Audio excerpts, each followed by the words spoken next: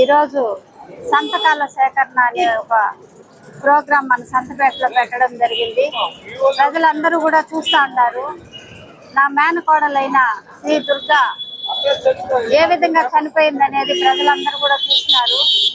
కాబట్టి ప్రతి ఒక్కరు కూడా కోరుకునేది మన గవర్నమెంట్ హాస్పిటల్ అయితేనే మనకు బాగుంటుంది, ఈ అపోలో హాస్పిటల్ మనకు వద్దు అనే ఒక ఉద్దేశంతో ప్రతి ఒక్కరు కూడా స్వచ్ఛందంగా వచ్చి వాళ్ళే వచ్చి సంతకాలు పెడుతున్నారు. ప్రతి ఒక్కరు కూడా హాస్పిటల్కి వెళ్తే అక్కడ ఏదో వాళ్ళు చూడడము, ఇక్కడ మెటీరియల్స్ లేదు, అది లేదు, ఇది లేదని పంపించడం, రెఫర్ చేసేసేది సిఎంసీకో సిమ్స్కో అట్లా రెఫర్ చేయడం. ఎందుకు వీళ్ళు ఈ మాదిరి చేస్తున్నారు? ఎంతమంది ప్రాణాలు ఇలా తీసుకుంటారు అనేది అర్థం కావడం లేదు.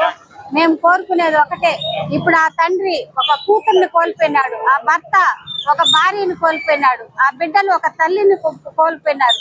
మళ్ళీ వీళ్ళు తెచ్చి ఇవ్వగలరా ఆ ప్రాణాన్ని తీసుకొచ్చి? ఈ విధంగా చేసుకుంటా పోతే మేము దీన్ని తీవ్రంగా ఖండిస్తున్నాం. మాకు అపోలో వద్దు అనే ఉద్దేశంతో మేము దీన్ని ఎక్కడికైనా మేము వదిలేదంటూ లేదు.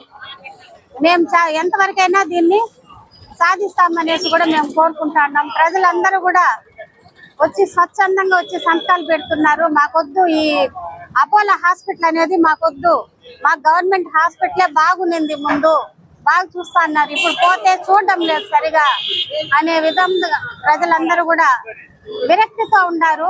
ప్రజలందరూ వచ్చి కూడా సంతకాలు పెడుతున్నారు. మీరందరూ చూస్తున్నారు. ఇంకొక ఆడబిడ్డకి ఈ విధంగా జరగకూడదు అంటే మనకి గవర్నమెంట్ హాస్పిటలే మనకు కావాలనే ఉద్దేశంతో మేము ఈ సంతకాల సేకరణ కూడా మేము చేస్తున్నాము.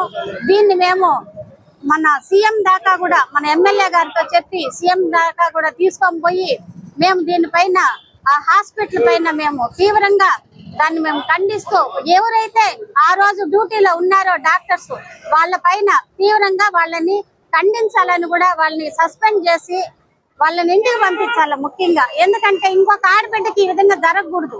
కాబట్టి మేము దీన్ని ప్రజా దృష్టికి అంతా తీసుకెళ్ళాము. అదే విధంగా మా ఎమ్మెల్యే గారికి, సీఎం గారికి కూడా తెలియజేసి దీన్ని మాకు అపోలో వద్దు, మా గవర్నమెంట్ హాస్పిటలే కావాలనే ఉద్దేశంతో మేము పోరాడుతున్నాం.